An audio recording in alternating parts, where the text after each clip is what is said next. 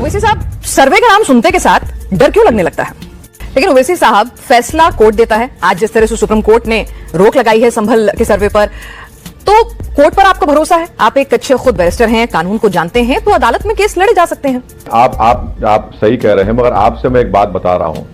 अगर मैं India TV के खिलाफ एक केस डालता हूं, एक समझाने के लिए आपको और आपके दर्शकों को, मैं इंडिया टीवी के खिलाफ केस डालता हूं और ये कहता हूं कि उस जगह पर मस्जिद है आपके ऑफिस में, और आपको पार्टी बनाता हूं, मगर बगैर आपको सुने कोर्ट कोई फैसला दे देता है, और जहां कोर्ट से इंडिया टीवी का ऑफिस 45 किलोमीटर दूर है, और 1 घंटे के अंदर मैं पुलिस को लाकर सर्वे करा लेता हूं। क्या इस तरह के कोर्ट के ऑर्डर को आप सही कहेंगे या गलत कहेंगे? जब तक मैं आपको नहीं सुनूंगा, आपने कोर्ट ने ऑर्डर दे दिया।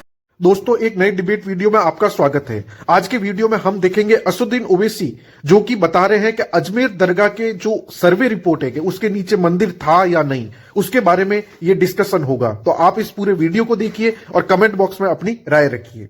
ओवैसी साहब, सर्वे का नाम सुनते के साथ डर क्यों लगने लगता है? अच्छा, रुको जरा, सब्र करो।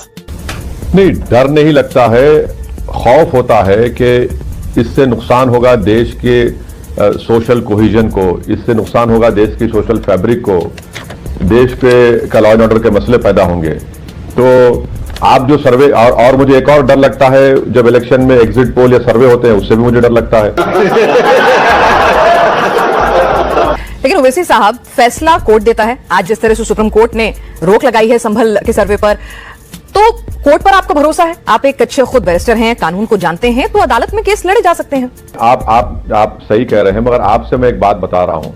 अगर मैं इंडिया टीवी के खिलाफ एक केस डालता हूं, एक समझाने के लिए आपको और आपके दर्शकों को, मैं इंडिया टीवी के खिलाफ केस डालता हूं और ये कहता हूं कि उस जगह पर मस्जिद है आपके ऑफिस में, और आपको पार्टी बनाता हूं, मगर बगैर आपको सुने कोर्ट कोई फैसला दे देता है, और जहां कोर्ट से इंडिया टीवी का ऑफिस 45 किलोमीटर दूर है, और 1 घंटे के अंदर मैं पुलिस को लाकर सर्वे करा लेता हूं। क्या इस तरह के कोर्ट के ऑर्डर को आप सही कहेंगे या गलत कहेंगे? जब तक मैं आपको नहीं सुनूंगा, आपने कोर्ट ने ऑर्डर दे दिया। अच्छा, और एक सुनिए, सर्वे उनका जो, अगर आप प्रेयर पढ़ेंगे मैडम, उनका एफिडेविट जो कोर्ट में डाला गया है, उसमें उन्होंने सर्वे की बात नहीं की। उन्होंने क्या कहा कि सेक्शन 18 के तहत हमको राइट टू एक्सेस मिले मस्जिद में। जब राइट टू एक्सेस चाहिए तो जज साहब ने सर्वे का ऑर्डर किस बुनियाद पर दिया, बताइए? एक्सेस चाहिए तो जाइए, बैठिए मस्जिद में, कोई रोकना नहीं है आपको। कानून का उल्लंघन नहीं है सर। मैंने एक पिटीशन डाली है, कि मुझे एक स्ट्रक्चर के बारे में जानकारी चाहिए कि उसका मौजूदा अस्तित्व क्या था। या तो मेरी पिटीशन खारिज होगी या फिर एक्सेप्ट होगी। बिल्कुल नहीं, आप नहीं समझ। मैं समझना चाहती हूं आपसे। अच्छा, तो मैं कल डाल दूं प्राइम मिनिस्टर, सुनिए मैडम, अगर मैं प्राइम मिनिस्टर के घर में डाल दूं कि सर्वे कराइए, वहां पर खाने जहां खा का रेमिनेंट्स मिलेंगे, मैं डाल दूं पिटीशन, मैं डाल दूं। अच्छा चलिए, मुझे बस एक चीज का जवाब दीजिएगा। यहाँ पर मस्जिद मैं पूछ रही, ठीक है, मैं आप ही की बात पर आ रही हूँ। आपने कहा कानून बन गया है, संसद ने बना दिया है, सही गलत आपको वो कानून मानना होगा, और अदालतें से लेकर देश का हर नागरिक उसी कानून के हिसाब से चलेगा। ठीक है, मैंने मान लिया सर्वे कराने वाले की मंशा में चोर है, वो उसकी मंशा खराब हो सकती है। बिल्कुल आपकी बात को मैं एक बार की मान लेती हूँ। लेकिन अगर मेरा कानून, मेरे देश का संविधान, मेरा कानून मुझे इजाजत देता है कि मैं इस तरह का मामला दायर कर सकती हूं, कोर्ट के पास लेके जा सकती हूं, तो फिर मुझे उस पर भरोसा रखना चाहिए, और जो भी वो कहे कानून के तहत फैसला दे वो मानना चाहिए। फिर दंगे, नाराजगी, उत्तेजना, इसकी क्या जरूरत रह जाती है? अदालत की कार्रवाई में भरोसा करिए ना, वक्त लगेगा लेकिन कार्रवाई तो सही होगी। मैडम देखिए, आप समझ नहीं पा रहे हैं। मैं आपको बता रहा हूं, लोअर कोर्ट को भी कानून मानना पड़ता है, क्योंकि पार्लियामेंट को अख्तियार है कि वही पार्लियामेंट कानून बनाती है, और जब कानून बनाती है संविधान का हिस्सा बन जाता है। चाहे लोअर कोर्ट हो, हाई कोर्ट हो, सुप्रीम कोर्ट हो, हम कानून बनाए तो उस कानून के तहत ही उनको फैसला लेना है।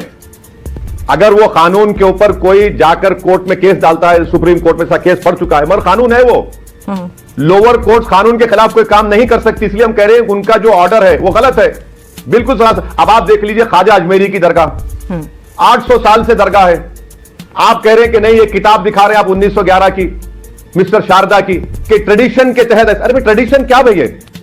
ट्रेडिशन को देखेंगे या आप पार्लियामेंट के बनाए कानून को देखेंगे? आप बताइए कहां रुकेंगे? और मैं बता रहा हूं, आज मुसलमानों की मस्जिद दरगाह है, कल सिखों के गुरुद्वारों पर शुरू होगा, कल ईसाइयों के गिरजाघर पर शुरू होगा, कल बौद्ध मजहब के उनके मजहबी जगहों पर शुरू हुए, खत्म, ये मुझ पर खत्म, ये रुकने वाला नहीं है। सर्वे का मतलब ये थोड़ी है 800 कि साल की उस दरगाह दरगाह की मूल भावना को चेंज कर दिया जाएगा, ऐसा तो नहीं होगा। अजमेर दरगाह में मेरी भी पूरी ही आस्था है, मैं भी वहां चादर चढ़ाने जाती हूँ। अरे मैडम सुनिए, आप देखिए, मैं आपको फिर से कह रहा हूं, section 3 places of worship act section 4 पढ़ लीजिए।